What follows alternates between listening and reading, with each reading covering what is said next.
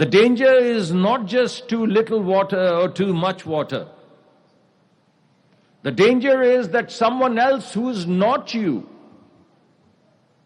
controls the tap. Doing a press talk, and I told the crisis in the life of a man in Pakistan.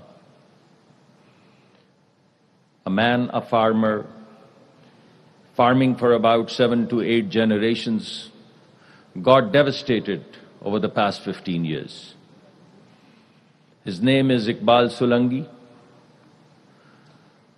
He was a farmer. He got wiped out in the floods of 2010. He barely survived and came back to his farmland and got wiped out again in 2012. He left the farm for a while, tried to put food on the table for his children, and came back to farming once the water went down. And he was hit again in 2022. One flood after the other, his life got devastated. His livestock was washed away, his house was washed away, his children's schools was washed away, his family was displaced. And he finally gave up on farming and probably does some labor work somewhere in Karachi. Generations of farming lost to water.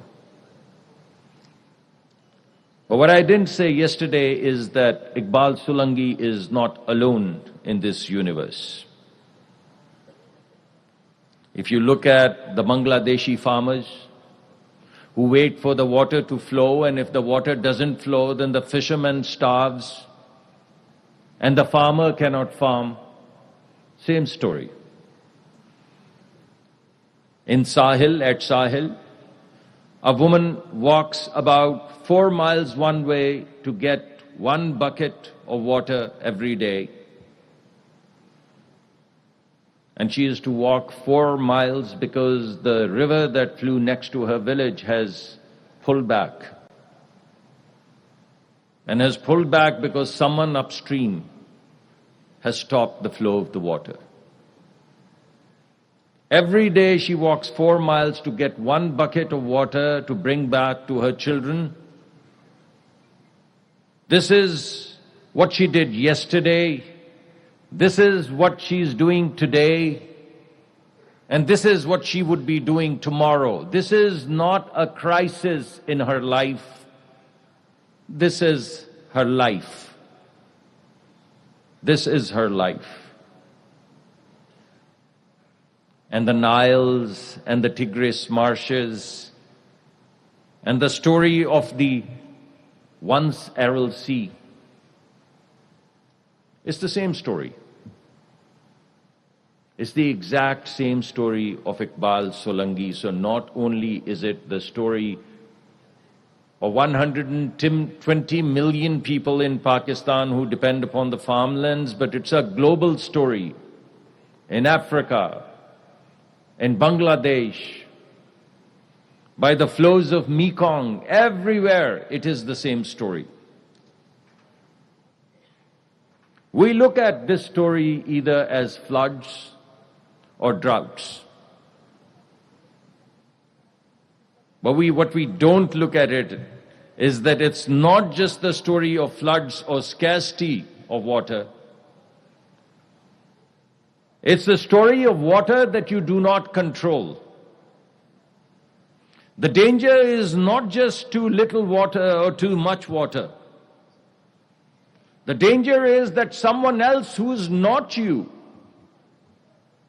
controls the tap through which your water is going to flow. My dear friend Meher Ali Shah, my colleague, he just showed you a graph. One day, the water flowing through Marala was 1,500 cusics.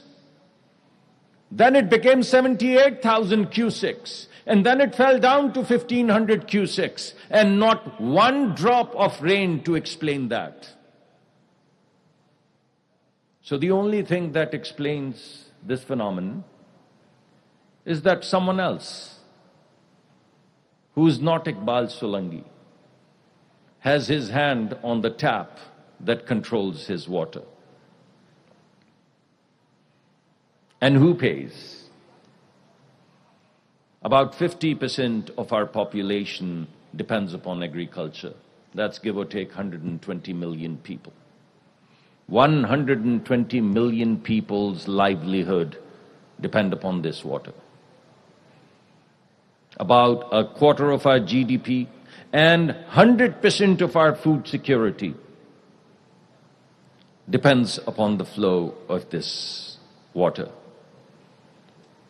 So, ladies and gentlemen, friends, this is neither a crisis of climate nor a crisis of water. This is a crisis of justice. And that's how we would like the world to see it. Solanki didn't build the dams. Solanki didn't break any treaty. Solanki didn't elect the man who controls the tap. And yet it's Solanki's life that gets devastated. This is the crisis of justice.